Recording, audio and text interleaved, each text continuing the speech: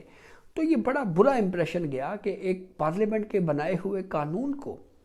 بغیر فریقین کو سنے یہ کہہ دیا گیا کہ ہمارا فیصلہ جو ہے اس کو بے اثر کرنے جو ہے وہ ماضی سے قانون کا اطلاق کر کے ہمارے فیصلے کو بے اثر نہیں کیا جا سکتا۔ بہرحال جب یہ قانون بنا الیکشن ترمیمی ایکٹ 2024 تو اس کو پاکستان تحریک انصاف اور کچھ اور درخواست گزاروں نے سپریم کورٹ میں چیلنج کیا۔ جب یہ قانون چیلنج ہوا تو اس کے اوپر رجسٹرار آفس نے اعتراضات عائد کیے۔ اب 26ویں ترمیم کے بعد کیونکہ آئینی بینچ 5 رکنی یا اس سے بڑا اس نے آئینی یا قانونی سوالات پر مشتمل معاملات کو دیکھنا ہے، تو اس کے لیے جو کیسز اگلے ہفتے سماعت کے لیے مقرر ہوئے ہیں اس میں یہ الیکشن ایکٹ سیکنڈ امینڈمنٹ 2024 جو ہے اس کو بھی سماعت کے لیے مقرر کیا گیا ہے رجسٹرار آفس کے اعتراضات کے ساتھ۔ جسٹس امین الدین خان کی سربراہی میں 6 رکنی آئینی بینچ جو ہے وہ 4 دسمبر بدھ کے روز اس معاملے پہ سماعت کرنے جا رہا ہے۔ اب اگر سپریم کورٹ کے اس 6 رکنی آئینی بینچ نے رجسٹرار آفس کے اعتراضات کو برقرار رکھا اور ان درخواستوں کو خارج کر دیا، اور ساتھ ہی اگر آبزرویشن دے دی کہ یہ پارلیمنٹ کمپیٹنٹ ہے، قانون بنا سکتا ہے، اور پھر اس کے بعد کیا ہوگا؟ اس کے بعد میرے خیال میں پھر یہ الیکشن کمیشن کو فیصلہ کرنا ہوگا، اور پھر الیکشن کمیشن کے حوالے سے اسپیکر قومی اسمبلی ان کو لکھ چکے ہیں کہ آپ جو ہے وہ اس پارلیمنٹ کے بنائے ہوئے قانون پر جو ہے وہ امپلیمنٹ کریں۔ لیکن الیکشن کمیشن کو اس پہ امپلیمنٹ کرنے سے پہلے شاید جو سپریم کورٹ میں مخصوص نشستوں کے حوالے سے جو دیا گیا ریویو ہے جو الیکشن کمیشن نے فائل کیا ہے اس کو واپس لینا پڑے گا۔ ایک تو یہ معاملہ ہو گیا۔ دوسری اس سے بھی انٹرسٹنگ بات یہ ہے کہ جس دوسری وضاحت جو 8 ججز جسٹس منصور علی شاہ صاحب کی سربراہی میں جن 8 ججز نے دوسری وضاحت جاری کرتے ہوئے یہ کہا تھا کہ عدالتی فیصلہ جو ہے وہ اس کا کسی قانون کے ذریعے ماضی سے اطلاق کر کے اس کو بے اثر نہیں کیا جا سکتا، ان 8 ججز میں جسٹس محمد علی مظہر اور جسٹس حسن اظہر رضوی بھی شامل تھے۔ یہ وہی 2 جج ہیں جو آئینی بینچ کا بھی حصہ ہیں۔ تو وہ ججز جو ایک کلیریفیکیشن میں اپنا ویو دے چکے ہیں، کیا وہ آئینی بینچ میں بیٹھ کے اس کیس کو سن سکتے ہیں؟ یہ سوال بھی میرے خیال میں آگے چل کے اس کے اوپر جب یہ ہیئرنگ شروع ہوگی تو اس کے اوپر ڈسکشن ہونی ہے، اور پھر باقی آئینی بینچ میں شامل جتنے بھی ججز ہیں سوائے جسٹس مسرت ہلالی صاحبہ کے تمام ججز مخصوص نشستوں کے کیس کو جو ہے وہ سن چکے ہیں۔ اچھا، آخر میں آپ کمنٹ اس کے اوپر ضرور کروں گا کہ کیا یہ کمپلیکیشنز آئی کیوں، لیکن اس سے پہلے میں یہ ضرور کہوں کہ اگر سپریم کورٹ اس قانون کو، کیونکہ اب تک کی جتنی بھی آبزرویشنز اس آئینی بینچ نے پارلیمنٹ کے قانون کے اوپر دی ہیں، قوانین کے اوپر، مختلف کمپیٹنسی کے اوپر، اس سے تو یہ ظاہر ہو رہا ہے کہ یہ آئینی بینچ جو ہے اس نے بالکل ایک تو جوڈیشل ایکٹیویزم کے حوالے سے بالکل میسج دیا ہے کہ ہم اس پہ نہیں جائیں گے، حکومتی امور یا انتظامی امور میں مداخلت کے حوالے سے بھی کلیئر میسیجز مختلف کیسز میں آبزرویشنز کے ذریعے دیے گئے، پارلیمنٹ کی قانون سازی، پارلیمنٹ کے احترام کے اوپر بھی بہت زیادہ آبزرویشنز 14 نومبر سے آئینی بینچ سماعتیں کر رہا ہے، مختلف کیسز کی اس پہ آبزرویشنز دی جا چکی ہیں۔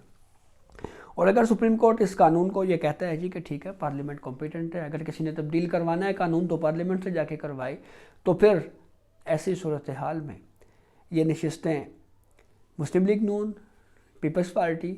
اور JUI میں تقسیم کر دی جائیں گی، جو 8 ججز کے اکثریتی فیصلے کے ذریعے سے اتحادی حکومت سے لی گئی تھی۔ اور اس کا بھی بڑا انٹرسٹنگ بیک گراؤنڈ ہے، اور وہ بیک گراؤنڈ یہی ہے کہ 2/3 اکثریت جو ہے اس مخصوص نشستوں کے کیس کے فیصلے کی وجہ سے 2/3 اکثریت حکومت کے پاس نہیں تھی، اور یہ سلسلہ بھی وہیں سے چلا جب ایک جوڈیشل کمیشن اجلاس میں ججز کی اپوائنٹمنٹ کے حوالے سے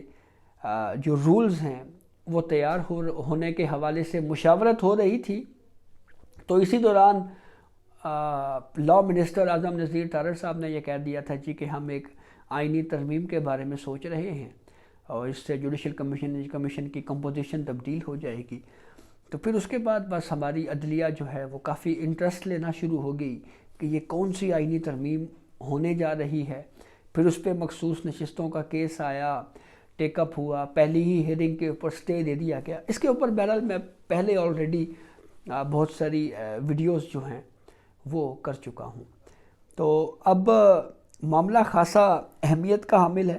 اور اگر یہ الیکشن کمیشن اس پہ فیصلہ کرتا ہے اور اتحادی حکومت کو واپس یہ مخصوص نشستیں دی جاتی ہیں، تو پھر اس کے بعد جو ہے وہ اتحادی حکومت کے پاس پھر 2/3 اکثریت آ جائے گی۔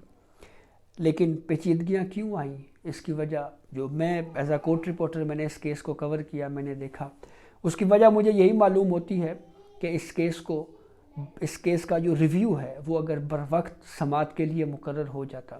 جو پہلا ریویو شارٹ آرڈر کے خلاف آیا تھا، جب فیصلہ 12 جولائی کو دیا گیا تو پہلا ریویو آیا، وہ پاکستان مسلم لیگ نون کا تھا۔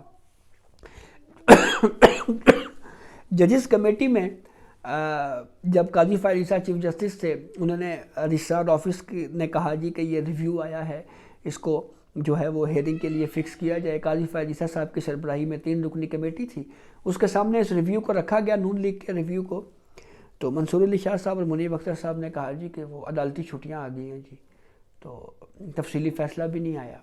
اس لیے ہم اس وقت جو ہے وہ اس ریویو کو سماعت کے لیے مقرر نہیں کریں گے۔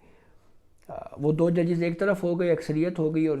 وہ دن اور آج کا دن یہ ریویو ہیئرنگ کے لیے فکس نہ ہو سکا۔ اگر یہ بر وقت ریویو ہیئرنگ کے لیے فکس ہو جاتا، نہ یہ کلیریفیکیشنز دینے کی ضرورت پڑتی، اور پھر اور بھی اس کے بعد جو کچھ ہوا شاید وہ نہ ہوتا، اگر بر وقت اس ریویو کو سن کر جو ہے وہ اگر اس کے ہیئرنگ ہو جاتی اور تمام تحفظات سنے جاتے، لیکن جہاں کمپلیٹ جسٹس کے نام کے اوپر یہ فیصلہ دیا گیا ہے، اس فیصلوں کو بہرحال آئینی ماہرین تو یہی کہہ رہے ہیں کہ سپریم کورٹ اپنے سکوپ سے باہر نکل کر، اور وہ ریلیف سپریم کورٹ نے دیا جو سپریم کورٹ سے مانگا ہی نہیں گیا تھا۔ اور یہ کوئی پہلی بار بہرحال نہیں ہوا کہ سپریم کورٹ جو ہے وہ کمپلیٹ جسٹس کے نام کے اوپر جو ہے وہ آؤٹ آف وے گئی ہے۔ ماضی میں ایسی بہت ساری مثالیں موجود ہیں جہاں پہ